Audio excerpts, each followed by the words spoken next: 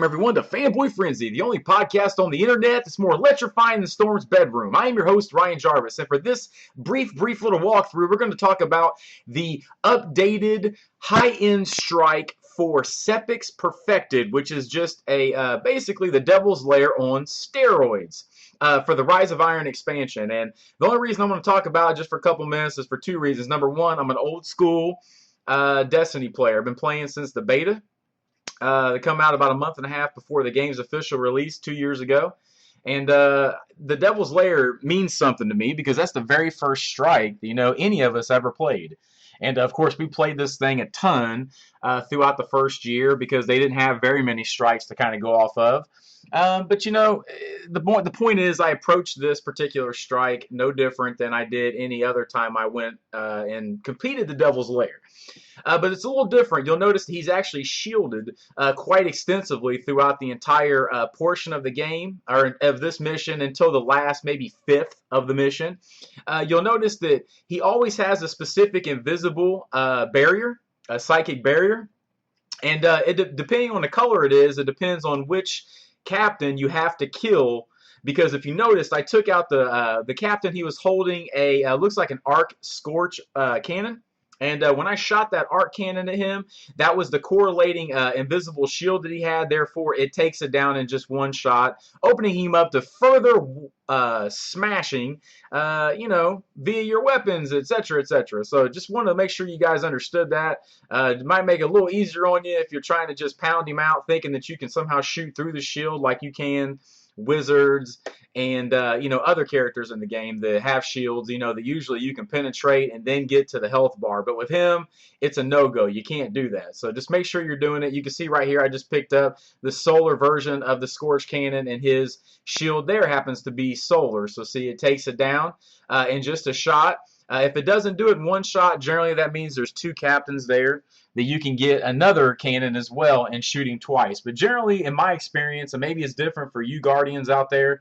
but I can usually do it in just one time. So with that being said, I want to touch on also, because of the Siva that's all throughout the Rise of Iron, this specific alien race or this weaponry that the Fallen is trying to take hard on. You'll see that right here I'm actually shooting some of these little pods that appear because they get in your way, man, and when you get close enough to them, you start to take damage. And if I'm not mistaken, and maybe I'm misunderstanding, but I'm pretty sure that there's been times they've shot things out into the air, like little orbs that that really do great damage. By the way, I'm using this new, is it Kazakhstan? What is the name of that rifle? I can't remember the exact name of it, but it's an exotic that, everybody was really hyped for, assault rifle. And I tell you, man, I forgot it off the top of my head. I hate to say that, but I usually don't. I'm usually pretty good off the cuff. But on that, I completely spaced the name of it. But the rifle is actually off the chain.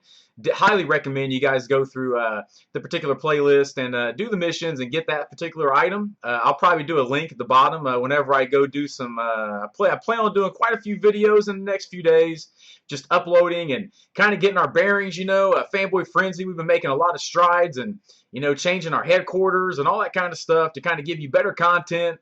Because, we talk about everything from video games to pro wrestling to sci-fi fantasy to comic books. I mean, you name it, man. We even talk about a little social and political issues mixed with pop culture on our Intelligence podcast. But we definitely recommend you to take part of the conversation, fanboys and fangirls. I mean, this whole podcast, these reviews are all for you. We just want to serve you, man. We want to make sure that you and all the Fanboy Frenzy Army out there have some good content that you can look at daily and weekly, and that we continue to grow. But in order for us to grow, we really need your help. So please make sure you like and subscribe.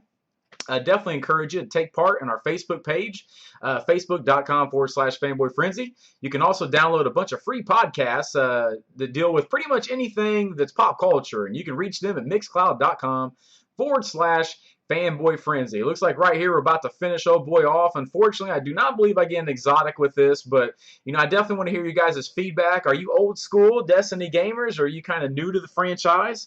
Definitely make sure you comment below and let me know.